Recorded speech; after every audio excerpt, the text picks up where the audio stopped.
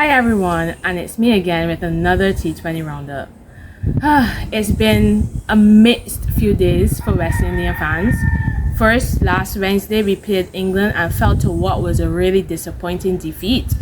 I thought that the batters kind of really let us down. It was definitely a 200 pitch. And then the bowling, we were in it for a while, and then I think the selection for that team was all wrong. I think we had Obed McCoy, who played well against Afghanistan. You dropped him, and then they brought him back for the US game, which I'll touch on in a bit. They only played him for 2 overs, and it felt like watching him on Sunday when we played South Africa. It felt he was a bowler short on confidence, and why wouldn't you be? You had a great performance, basically get ousted from the team, brought back from the cold, and only bowled 2 overs. So it was tough. But back to the England game, really disappointing defeat. I really thought that West Indies had a really good opportunity to beat England. This England, yes, they're a great team on paper. Yes, they're playing some good cricket in patches, but they're nowhere near unbeatable. But we were beaten. Then the big game on Friday night at Kensington Oval that we attended was absolutely fantastic. The atmosphere was amazing. Sitting rally around the West Indies with the entire of Kensington Oval, David Rudder saying it live. It was just a fantastic occasion. The atmosphere, as I said, was hype. The light show was amazing. Kensington Oval was stunning. It was a great game, and we basically demolished USA.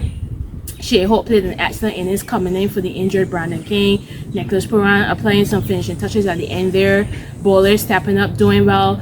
And that game was a net run rate boosting victory that really put us into the hunt. So then we came to the last group games.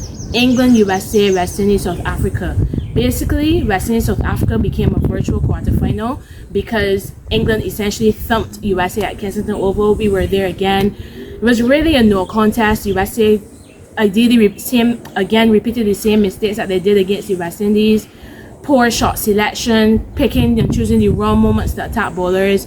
Congratulations, Chris Jordan, Bajan boy, getting a hat trick at Kensington Oval. What a moment for him and his family, who were also there, I believe. And then Sunday night.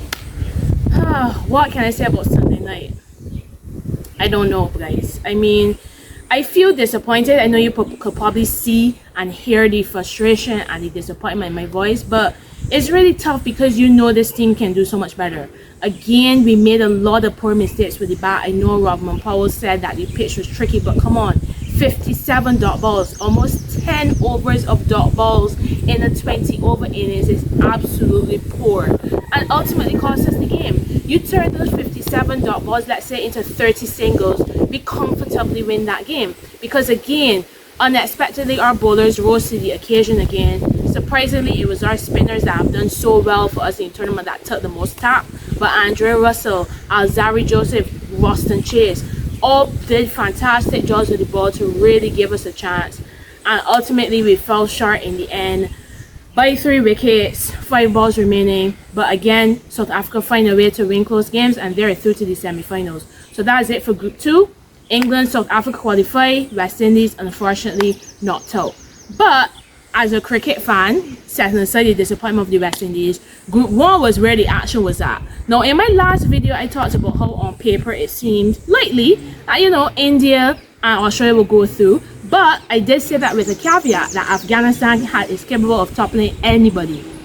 And we saw that. Saturday night, Afghanistan beat Australia to throw a huge spanner in the works of Group 2. It left Australia with the unenviable task of having to beat unbeaten India, similar position as we were in with South Africa, in order to qualify. They didn't. India absolutely thumped them for 206 runs yesterday, and they had a chance. They were in it for a while, but again, the class and the quality of India's bowling showed up, and Australia fell short.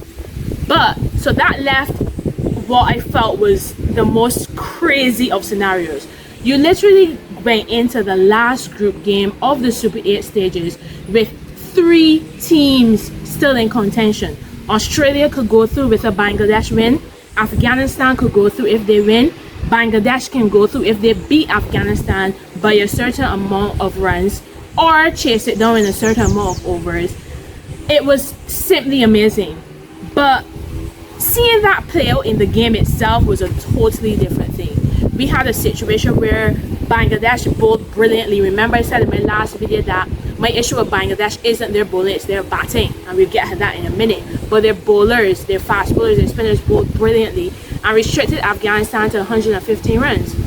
Afghanistan though, they just never know when to go away. They completely, Bangladesh were going for it, they had to chase down the 115 in 12 and a bit overs in order to go through, and they went for it, but Afghanistan stuck to their task. Their bowlers were fantastic. Naveen Ul-Haq really stood up. Rashid Khan, I mean, before you even get to Rashid Khan's bowling, let's talk about his batting. 19 of 10 balls, I believe, to really push them to that 115 with a couple sixes in the last over.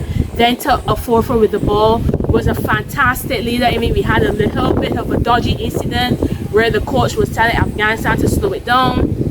And then you have one of the players diving, holding his hamstring, and it was all sorts of madness. And then Rashid Khan showing his displeasure. You know, he doesn't want to win like that. He wants to win, but he doesn't want to win like that. So captaincy, fielding, bowling, batting, brilliant from the captain.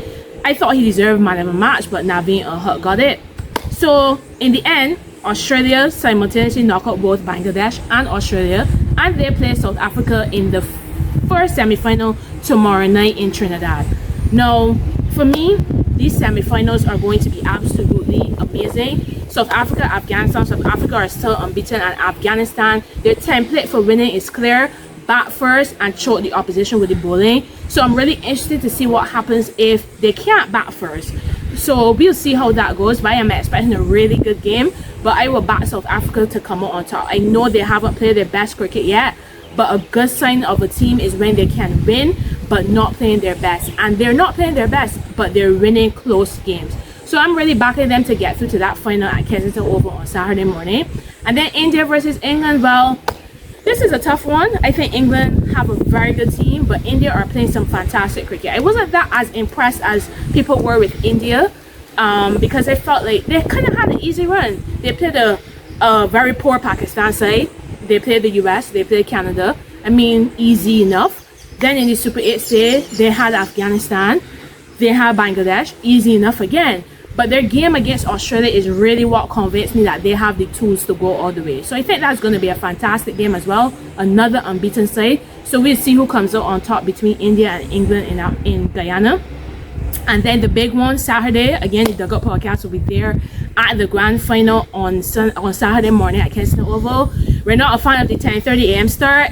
It was really hot on Sunday when we went, and I know it's going to be hot again.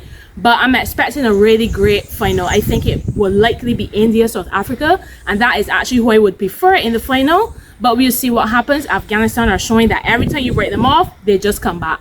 So the World Cup is coming to an end. This is my last weekly video because next week we're back in studio to review the entire tournament and also look a bit at the Euros.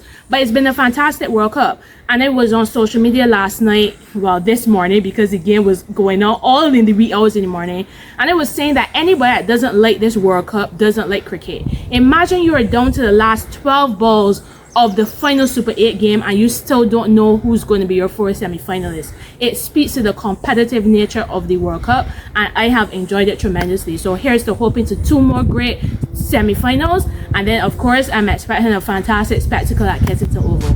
So this has been another recap. See you again next time.